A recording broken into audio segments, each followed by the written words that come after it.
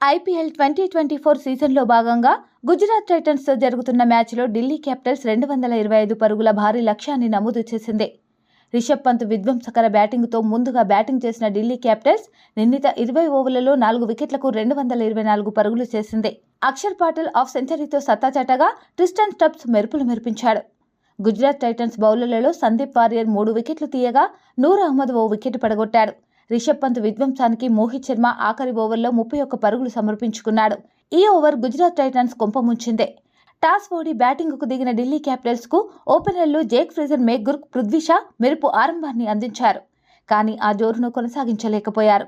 Sandeep warrior వేసిన 4వ ఓవర్లో ఇద్దరు నూర్ అహ్మద్కే క్యాచ్ ఇచ్చి పెవిలియన్ చేరారు. దాంతో ఢిల్లీ క్యాపిటల్స్ మేనేజ్మెంట్ వ్యూహాత్మకంగా అక్షర్ పాటిల్ను బ్యాటింగ్కు దింపింది. అయితే క్రీజులోకి వచ్చిన షైహుబ్ దారుణంగా విఫలమయ్యాడు. సందీప్ వారియర్ బౌలింగ్లో క్యాచ్ అవుటుగా వెనుదిరిగాడు. దాంతో ఢిల్లీ పవర్ ప్లేలో 3 వికెట్లకు 44 పరుగులు చేసింది. ఈ పరిస్థితుల్లో రిషబ్ పంత్, అక్షర్ పాటిల్ ఆచితూచి ఆడారు. వీలు చిక్కిన బంతిని బౌండరీకి తరలించారు. క్రీజులో సెట్ అయిన తర్వాత గుజరాత్ టైటన్స్ బౌలర్లపై విరుచుకుపడ్డారు. ఈ క్రమంలో అక్షర్ పాటిల్ 37 బంతుల్లో హాఫ్ సెంచరీ పూర్తి చేసుకున్నాడు. ఆ కొద్దిసేపటికే రిషబ్ పంత్ 34 బంతుల్లో అర్ధశతకం సాధించాడు.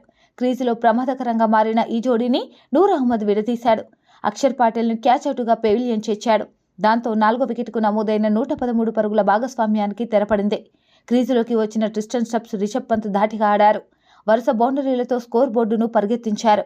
సాయి కిషోర్ వేసిన 19వ ఓవర్లో స్టబ్స్ వరుసగా 4లు, 6లు బాది 22 పరుగులు చేశాడు.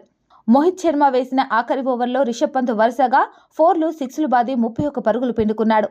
దాంతో ఢిల్లీ క్యాపిటల్స్ 224 పరుగుల భారీ స్కోర్ చేసింది.